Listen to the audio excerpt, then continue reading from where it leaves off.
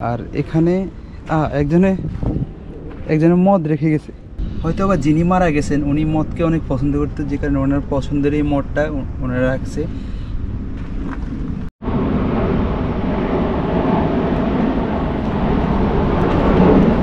আসসালামু আলাইকুম ওরহমতুল্লাহ। চারপাশের পরিবেশ দেখে বুঝতে পারছেন যে আমি আজকে মূলত আপনাদেরকে নিয়ে এসেছি জাপানের একটা ফাঁকা মানে কবরস্থান, আর যেটা হলো ওসাকা শিসেৎসু।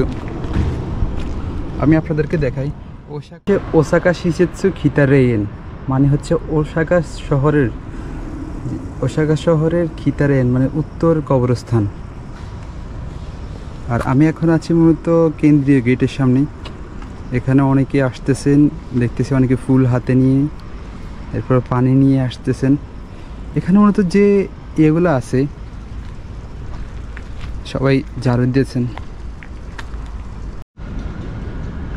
তো আমার চারপাশে অসংখ্য জাপানিজ কবরস্থান দেখতে পাচ্ছি। আর এখানে মূলত যে কবর করার নিয়ম সেটা হচ্ছে মূলত এখানে আপনারা জানেন যে জাপানিজদেরকে মূলত মৃত্যুর পরে ওদেরকে মূলত পোড়ানো হয়, এবং পোড়ানোর পরে যে হাড়গোড় যেগুলো অবশিষ্ট থাকে ওইগুলোকে মূলত এখানে সমাধিস্থ করা হয়, আর এখানে একটা পাথর দিয়ে ওদের চিহ্নিত করা হয়।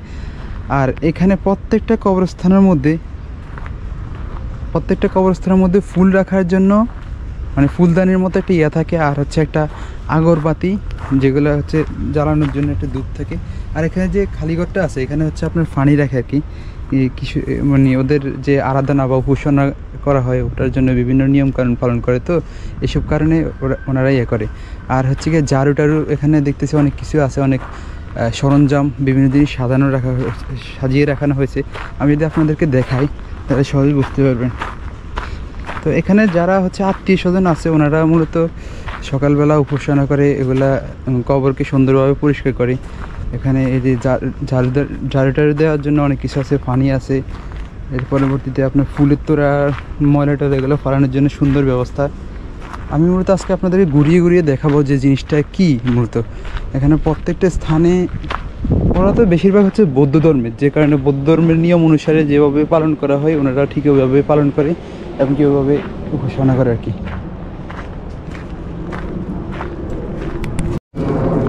তো আমি দেখতে পাচ্ছি একজন এসেছেন ওনার আত্মীয় স্বজনের কবরস্থানের মধ্যে ফুল দেওয়ার জন্য। ঠিক এভাবে মূলত ওনারা ফুল দেয়, আর এখানে হচ্ছে মোমবাতি জ্বালায় আর কি। এটা হচ্ছে ওনাদের নিয়ম কানুন। কাশফুলের মতো একটা থাকে, আর হচ্ছে বিভিন্ন ধরনের ফুল।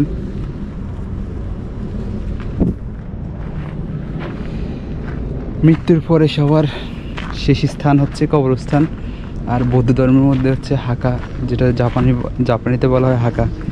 আর এখানে একজনে মদ রেখে গেছে, হয়তো আবার যিনি মারা গেছেন উনি মদকে অনেক পছন্দ করতেন, যে কারণে ওনার পছন্দের এই মদটা ওনারা রাখছে। প্রত্যেকটা কবরস্থানে আমি দেখতেছি কিছু না কিছু পাতা থাকবে, কিছু না কিছু ফুল থাকবে, মানে মৃতর স্বজনরা এখানে আসে প্রার্থনা করে। আমি হয়তো বা কথা অত বেশি গুছিয়ে বলতে পারি না, যে কারণে আমাকে ক্ষমার দৃষ্টি দেখবেন। ভিডিওটা করার উদ্দেশ্য হচ্ছে এটাই, যাতে আপনারা অনেকেই দেখেছে বিভিন্ন জিনিস আমার মতো নতুন জিনিসের প্রতি ইন্টারেস্টেড, এরকম আমার মতো অনেকে আছেন, যাতে করে তারা এসবগুলো জানতে পারেন এবং কি দেখতে পারেন, সেই জন্য মূলত ভিডিওটা করা। আর আপনারা যারা এই ধরনের ভিডিও বা নতুন কোনো জিনিস দেখতে চান, বিশেষ করে জাপানিজ কালচার সংস্কৃতি সম্পর্কে বিভিন্ন বিষয় জানতে চান, সেক্ষেত্রে মূলত আমার এই পেজটাকে এবং কি আমার একটা ইউটিউব চ্যানেল আছে ওটাকে সাবস্ক্রাইব করে রাখবেন। দেখেন বড় লোকের কোনো ইয়ে আর কি আপনার হাঁকা আর কি, এটাকে বলা হয় বড় লোকের কবরস্থান।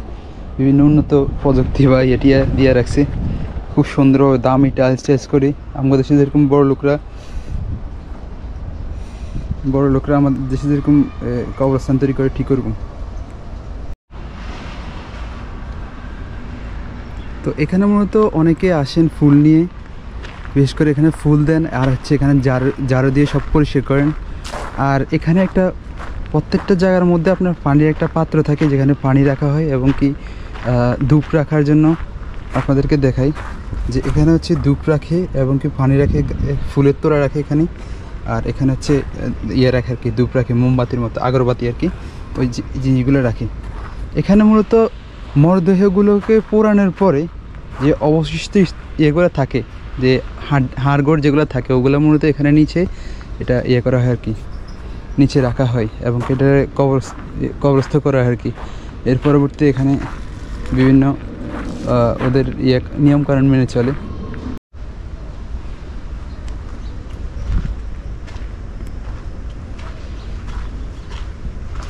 মৃত্যুর পর ঠিক এরকম জায়গার মধ্যে আমাদেরকে আসতে হবে, অথবা ধর্মের কারণে হয়তো বা বিভিন্ন আলাদা আলাদা জায়গায় কাউকে হয়তো বা পোড়ানো হবে, কাউকে হয়তো বা মাটিস্থ করা হবে, মানে হচ্ছে দাফন করা হবে, বিভিন্ন নিয়ম নীতি। কিন্তু সবাইকে মৃত্যুবরণ করতে হবে। আর মৃত্যুর পরবর্তীতে যে একটা জীবন আছে, হয়তো বা কেউ বিশ্বাস করে বা করে না, কারো ধর্ম মতে। যাই হোক, যে যা ধর্ম মতো মানুক বা চলুক, আমি এটাই চাই। কারোর উপর কোনো বাড়াবাড়ি করার দরকার নেই আমি মনে করি। সবাই সবার ধর্ম এবং কি আল্লাহ তাআলা যিনি আমাদের সৃষ্টিকর্তা, তিনি আমাদেরকে আমাদের বুদ্ধিমত্তা দিয়েছেন। কি গ্রান এখানে, মানে আগরবাতি জ্বালাতে তো আপনার ওই আগরবাতির গ্রান আর ফুলের গ্রান, ফুলগুলো তাজা তাজা সব। এখন আমার কাছে মনে হয় যে আপনারা কেউ কি রাত্রের বেলা এখানে আসতে পারবেন? আমি মনে হয় আসতে পারবো, কিন্তু রাত্রের বেলা হয়তো বা থাকে না, আপনার খোলা থাকে না সম্ভবত। অনেক মানুষ এখানে ঘুরতে আসে ওনাদের আত্মীয় স্বজনের কবরস্থানে উপাসনা করতে। আর এখানে একটা গেট দেখতে পাচ্ছি আমি, সেই গেটটা আপনাদেরকে দেখাই।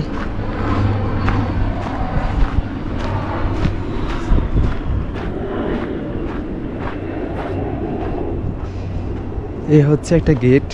সম্ভবত এখানে যে কবরস্থ করা হয়েছে উনি হয়তো বা কোনো মানে নামি দামি কোনো লোক, যে কারণে ওনার কবরস্থানের মধ্যে একটা বিশেষ একটা আর কি চিহ্ন।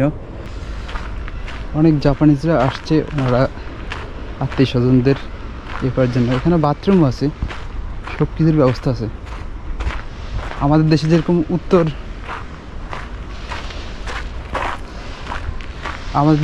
উত্তর আজিমপুর কবরস্থান আছে, ঠিক ওরকমই যে এখানের কবরস্থান, এটা হচ্ছে উত্তর সিটি কর্পোরেশনের উত্তর কবরস্থান।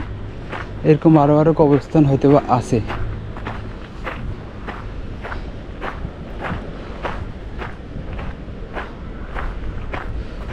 ওদের কবর সিস্টেমগুলো অন্যরকম, ময়লা ফালানোর জন্য বক্স টক্স সব কিছু আছে। যারা আত্মীয় স্বজনকে দেখতে আসে, মানে আত্মীয় স্বজনের কবর জিয়ারত করতে আসে, মানে ওদের জিয়ারত বলতে কি, ওদের তো ধর্ম মতো ওরা যেভাবে উপাসনা করে ঠিক ওইভাবে উপাসনা করার জন্য ওরা এভাবে বিভিন্ন প্রিপারেশন নিয়ে রাখছে। বা হচ্ছে ফুলের তোড়া, এখানে অনেকে দেখেছে মদটা যেগুলো পছন্দ করতো, মৃত্যুর পর ওনার কবরস্থানের এখানে মদ রাখি এরপরে উপাসনা করে। মানে যে যার পছন্দ যেরকম ঠিক ওইভাবে করে আর কি, প্রার্থনা করে। তো ঠিক আছে বন্ধুরা, আল্লাহ হাফেজ। আজকের ভিডিও এই পর্যন্তই শেষ করলাম। খোদা হাফেজ।